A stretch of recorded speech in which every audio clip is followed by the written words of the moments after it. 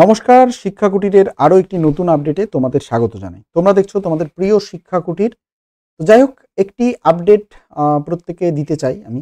তার কারণ বাবা সাহেব আম্বেদকর এডুকেশন ইউনিভার্সিটির একাডেমিক ক্যালেন্ডার পাবলিশ করেছে যারা ফার্স্ট সেমিস্টারে পড়ছো এখন এবং যারা সেকেন্ড সেমিস্টারে পড়ে পরীক্ষা দিয়ে থার্ড সেমিস্টারে উঠেছো তাদের জন্য।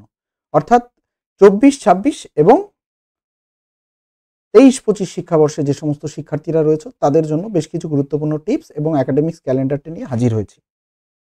তো যারা আমার চ্যানেলে নতুন রয়েছে তারা অবশ্যই চ্যানেলটিকে সাবস্ক্রাইব করে দিও, আর যদি ভালো লাগে একটি লাইক করো। তো যাই হোক, বাবা সাহেব আম্বেদকর এডুকেশন ইউনিভার্সিটির যে ওয়েবসাইট রয়েছে সেখানে যে নোটিফিকেশনটা পাবলিশ হয়েছে, অর্থাৎ একাডেমিক ক্যালেন্ডার পাবলিশ হয়েছে যে কারেন্ট নোটিস সেকশনে রয়েছে, তো সেই নোটিফিকেশন দেখবো এবং সেই সঙ্গে আরও বেশ কিছু কথা যে এবছরে কিন্তু যারা বিএড ছিলে মানে বিএড পরীক্ষা দিয়েছো, বিশেষ করে সেকেন্ড সেমিস্টারের বলো বা সেকেন্ড সেমিস্টারের রেজাল্ট যদিও এখনও পর্যন্ত বেরোয়নি তোমাদের, বা ফার্স্ট সেমিস্টার যারা দেবে তাদের জন্য মানে অ্যাডভান্স বলতে চাই, বিশেষ করে ত্রিপুরা, আসাম যে সমস্ত জায়গা থেকে পড়াশোনা করছো, তো তাদের জন্য বলে রাখি যে তোমরা একটু ভালো করে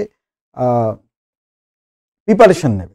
তার কারণ এবছরের রেজাল্টে যদি আমরা দেখি যে রেজাল্টে অধিকাংশ ছেলে মেয়েই কিন্তু রিটেনে খুব একটা ভালো লিখতে পারছে না, এবং সেই সঙ্গে সঙ্গে রিটেনের রেজাল্টটা তুলনামূলক, আমি বলছি না সকলের জন্য, ঠিক আছে, কিন্তু অনেকেরই দেখা যাচ্ছে যে রিটেনের রেজাল্টটা কিন্তু খুব একটা আশানুরূপ হচ্ছে না।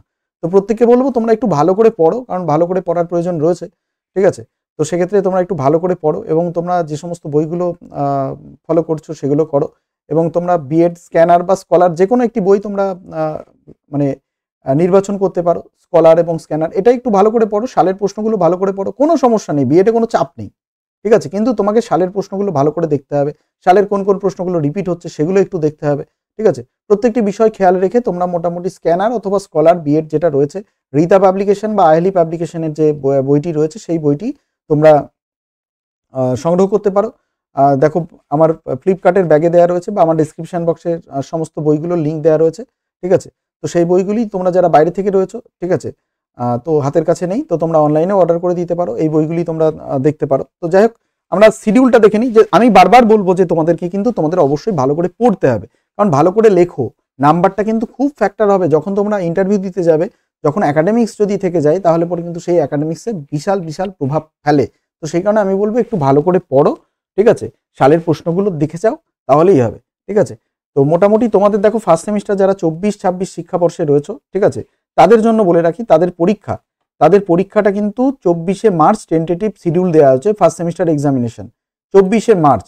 মোটামুটি খুব একটা নড়চড় হবে না, একটু আধটু নড়চড় হতে পারে, কারণ ফার্স্ট সেমিস্টারে এখনো পর্যন্ত কিন্তু তোমাদের রেজিস্ট্রেশনটা হয়নি, ঠিক আছে, তোমাদের রেজিস্ট্রেশন যেহেতু হয়নি তো সেই কারণে হয়তো 24শে মার্চের জায়গায় একটু এদিক ওদিক হতেও পারে। তো 24শে মার্চ বলেই তোমরা এগো, এটা সব থেকে বেটার।